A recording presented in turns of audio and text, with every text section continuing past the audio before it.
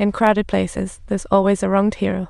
Shiesu personally wants her over, and her boss warns her to be careful since she totally took out a police dog. She still wanted to tease Shiesu, but clearly, someone's trying to trip Lai Fengyi. The big guy notices her shadow and thinks it's odd.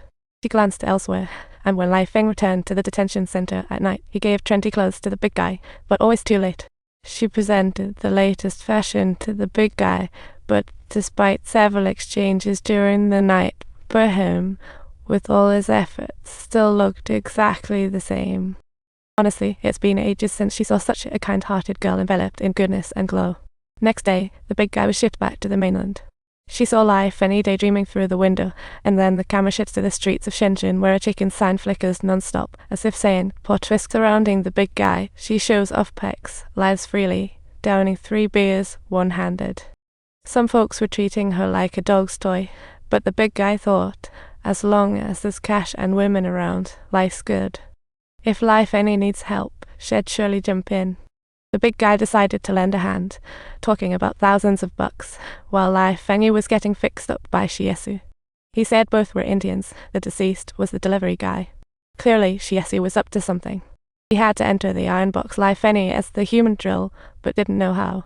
Just then, Shiesu gets a call from the hospital. The deceased has kicked the bucket. Shiesu kept messing with Lai Fengyi, letting him go without saying, then asked him to return after he left. He was snuck up on by the big guy who covered his mouth, saying he had a hunch that the police scene was about to get wild. Lai Fengyi believed him for a moment, but the big guy saw overturned silkworms, a hole in the floor, and something odd about the door. Upon seeing the killer, the big guy flew into a rage. Recognizing an old acquaintance, the delivery guy tossed the food and fought. They must be old buddies, and the killer tried to strangle him but ended up breaking his left arm in a moment of anger. Subsequently, the attacker brutally broke his right arm, knocking him down with just one punch, and it was then that he embarked on his murder show. What an unexpected twist of events. This truly is indeed a surprising development. The big guy remarked, using such force shows they had a history. They must have gone through layers of betrayal. Downstairs, the cops headed up to check, and the big guy said he'd be waiting by the lamppost outside. Lai Fengyi asked the big guy why she should trust him. He looked innocent and said, "I'm just a very influential big guy." He went on and on about how he was waiting here, trying way too hard to show he was a big deal. Then he decided to show off with some flips, just being silly, using his foot to slice a tissue in half, putting on a little muscle. If Lai Fengyi could explain why, she might believe in his superpowers. But he said, "I'm no fortune teller. When I see the result, I can trace back the cause," he continued, saying he'd know when someone's about to kick the bucket. What's interesting about what he sees is that it's different for you guys. Past events seem irrelevant. Actually, it's all connected, just like that police dog situation. You only see the result, not that gunshot moment, but when that kid mishandled the dog. If the director intended to show cause and effect, there was no need to concoct such a plot. It's all about setup. Think from a different perspective. Simply put, just understand this.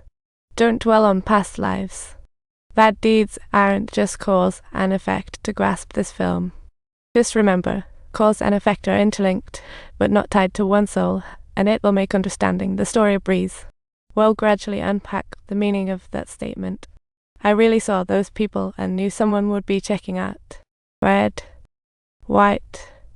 Why not hurry and subscribe to our channel for more fun content? She seems quite anxious. She could only say something's about to go down. You think it's the heavyweight bro? Seeing my classmates act all proud just makes me go, oh boy. I'm worried too. She insists after her. She worries about her undercover colleagues. Lai Fengyi is truly good-hearted. The big guy, sensing her trust, took her to the morgue. She was supposed to fly there, but somehow glided through. After seeing the body, the big guy recalled a certain scene, the fight between those brothers. The senior brother begged, "Don't kill me, I learned my lesson." The younger one seemed ready to poke in. As the senior brother turned, he saw a bug in water, saved her, but the junior stabbed her back. Bug flew off in fright, leaving just a leg with the senior brother.